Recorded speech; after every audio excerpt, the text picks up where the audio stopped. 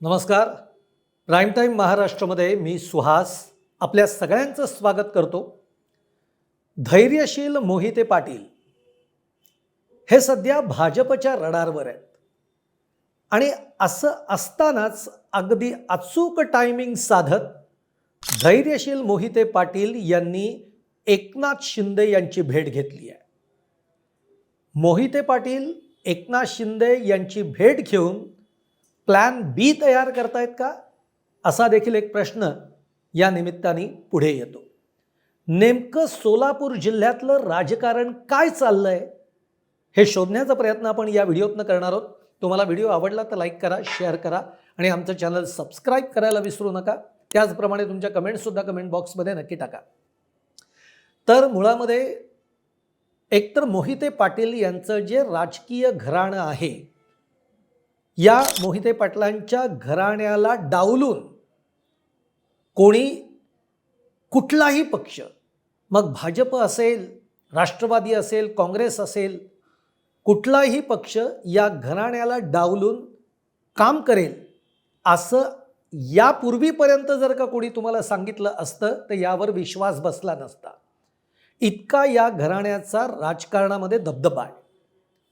आणि अशीच अनेक राजकीय मोठी घराणी ही भाजपनं आपल्या जवळ घेतली आहे. त्यात धैर्यशील मोहिते पाटील हे सुद्धा आहेत. परंतु लोकसभेच्या निवडणुकीच्या वेळी धैर्यशील मोहिते पाटील यांनी अगदी ऐनवेळी शरद पवारांच्या राष्ट्रवादीमध्ये प्रवेश केला आणि तिथेच खरी भाजप आणि धैर्यशील मोहिते पाटील यांच्यामध्ये एक वादाची ठिणगी पडली. जयंत पाटील यांच्या उपस्थितीमध्ये आणि यांच्या मध्यस्थीनं धैर्यशील मोहिते पाटील हे शरद पवार यांच्या राष्ट्रवादी काँग्रेसमध्ये आले आणि अगदी लोकसभेच्या तोंडावर धैर्यशील मोहिते पाटील यांनी ही कृती केली. त्यामुळे मुख्यमंत्री देवेंद्र फडणवीस यांच्या ते डोक्यात गेले आणि तिथूनच मोहिते पाटलांच्या घराण्याला किंवा त्यांच्यामध्ये जे काही कुटुंबामध्ये राजकारणी आहेत त्यांची कोंडी करण्याचा प्रयत्न हा भाजपनं सुरू केला. आता आपल्याला तर माहिती आहे की सोलापूरचे पालकमंत्री जयकुमार गोरे भाजपचे आणि त्यांच्या नेतृत्वामध्येच आत्ताच्या महापालिका निवडणुकासुद्धा झालेल्या आहेत आणि प्रचंड मोठं यश जयकुमार गोरेंनी सोलापूरमध्ये मिळवून दाखवलेलं आहे आणि त्यामुळे एकूणच सोलापूर जिल्ह्यावर जयकुमार गोरे यांचा पूर्ण, ज्याला आपण म्हणतो, ताकद आहे. आणि माळशिरसमधनं धैर्यशील मोहिते पाटील हे खासदार आहेत.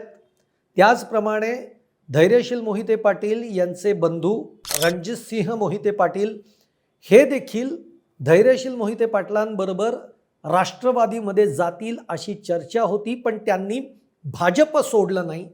ते भाजपचे आमदार म्हणून राहिले. पण आता गंमत अशी आहे की येणाऱ्या मे महिन्यामध्ये रणजितसिंह मोहिते पाटील यांची आमदारकीची टर्म जी आहे ती संपती आहे. भाजपमधनं जेव्हा धैर्यशील मोहिते पाटलांनी भाजपला दगाफटका करत ते राष्ट्रवादीमध्ये गेले, त्यावेळी भाजपचे अनेक पदाधिकारी, कार्यकर्ते, नेते हे या शब्दामध्ये कुजबुजत होते की रणजितसिंह मोहिते पाटील यांना आतल्या कोट्यातनं आम्ही आमदारकी दिली आहे. थोडक्यात त्यांना म्हणायचं होतं आम्ही फुकट आमदारकी दिलेली आहे आणि तरीही मोहिते पाटील या घराण्यानं भाजपबरोबर दगाफटका केलेला आहे आणि तोच राग देवेंद्र फडणवीस यांच्या मनामध्ये राहिला. आणि त्यानंतर भाजपनी धैर्यशील मोहिते पाटील असतील, मोहिते पाटील कुटुंबियांमधले सदस्य असतील, रणजितसिंह मोहिते पाटील असतील, यांची आर्थिक कोंडी करायला सुरुवात केली. आता माळशिरसमधली जी विकास कामं आहेत, या विकास कामांना निधी पाहिजे, ही विकास कामं पुढे गेली पाहिजेत. तर यासाठी आता आपल्याला कोण पाठबळ देणार? कारण भाजप आणि इकडे जयकुमार गोरे आणि राम सातपुते हे मोहिते पाटलांचं खच्चीकरण करायला बसलेले.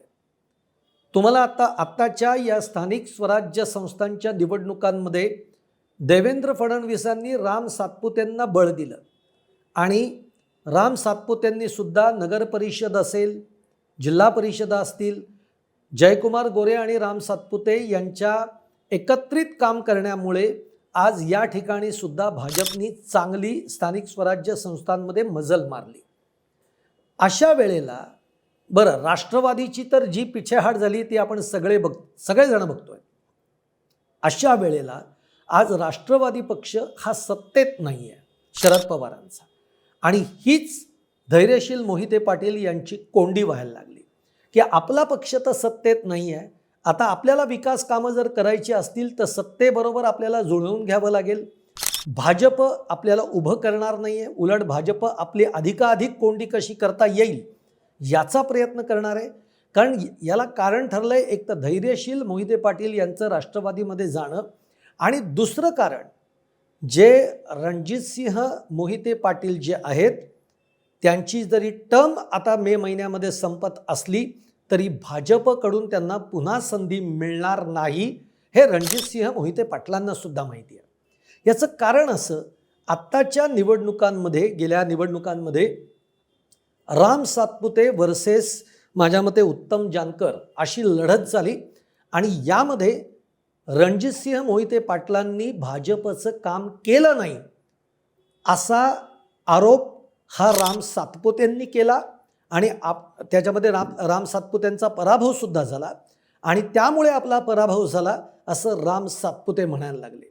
आणि त्यांनी याचा डंकाच पिटवला की रणजितसिंह मोहिते पाटलांनी भाजपचं काम केलं नाही, आणि त्यामुळे देखील भाजपनी आता मोहिते पाटील कुटुंबियांच्या नाड्या ज्या आहेत त्या आवळायला सुरुवात केली आहे. आता अशा वेळेला पुढचे 3, 3.5, 4 वर्ष निवडणुका राज्यामध्ये नाही आहेत. आपल्या हातामध्ये आपला पक्ष जो आहे राष्ट्रवादी तो सत्तेत नाही आहे, आणि आपल्याला जर माळशिरस सारख्या ठिकाणी आपल्या मतदारसंघामध्ये जर का विकास कामं करून घ्यायची असतील तर आपल्याला सत्तेच्या बरोबर, सत्तेमध्ये असणाऱ्या पक्षाच्या बरोबर आपल्याला राहावं लागेल, हे धैर्यशील मोहिते पाटील यांनी ओळखलं. आणि म्हणूनच त्यांनी एकनाथ शिंदे यांची ठाण्यामध्ये जाऊन भेट घेतलेली आहे. आता राजकारणामध्ये टायमिंगला फार महत्त्व असतं, त्याप्रमाणे धैर्यशील मोहिते पाटील यांनी सुद्धा अचूक टायमिंग साधलेलं आहे की आता स्थानिक स्वराज्य संस्थांच्या निवडणुका झाल्या आहेत, पुढे विकास कामं आपल्याला आपल्या मतदारसंघात करून घ्यायची आहेत.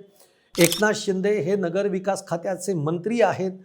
आपण जर का आत्ता एकनाथ शिंदेंच्या बरोबर राहिलो, म्हणजे सत्तेबरोबर जर राहिलो, तर कदाचित आपल्या वाट्याला काही कामं येऊ शकणार आहेत.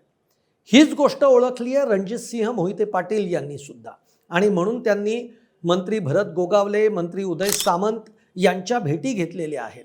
कारण रणजितसिंह मोहिते पाटील यांना नक्की माहिती आहे की या वेळेला भाजप आपल्याला आमदारकीची संधी देणार नाही, अशा वेळेला आपल्याला सत्तेबरोबर राहावं लागणार आहे.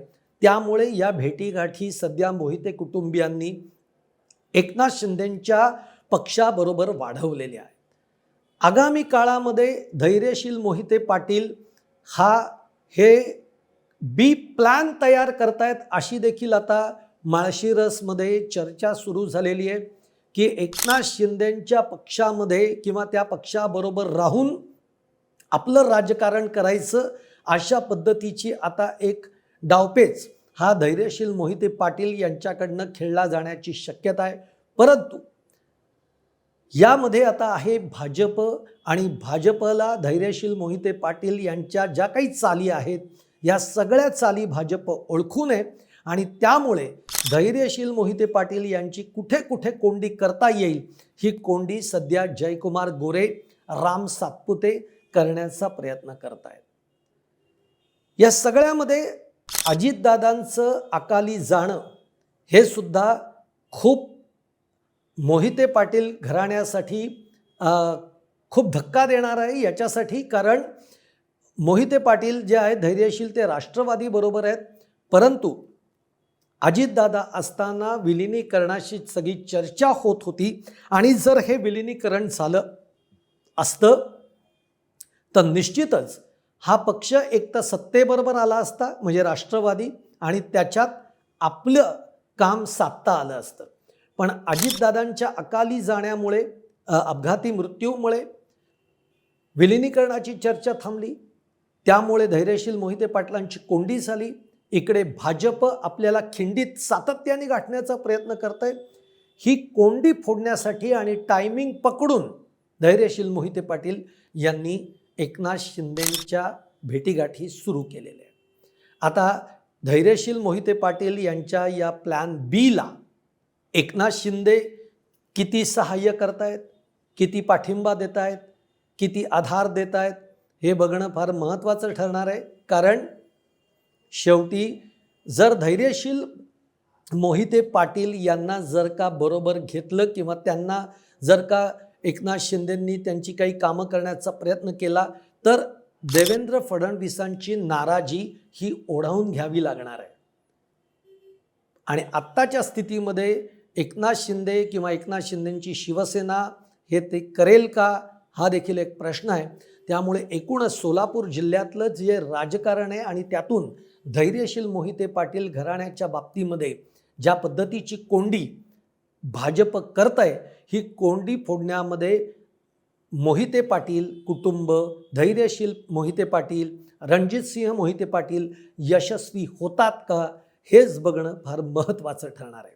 तुम्हाला माझा हा व्हिडिओ आवडला असेल तर लाईक करा, शेअर करा आणि आमचं चॅनल सबस्क्राईब करायला विसरू नका. धन्यवाद.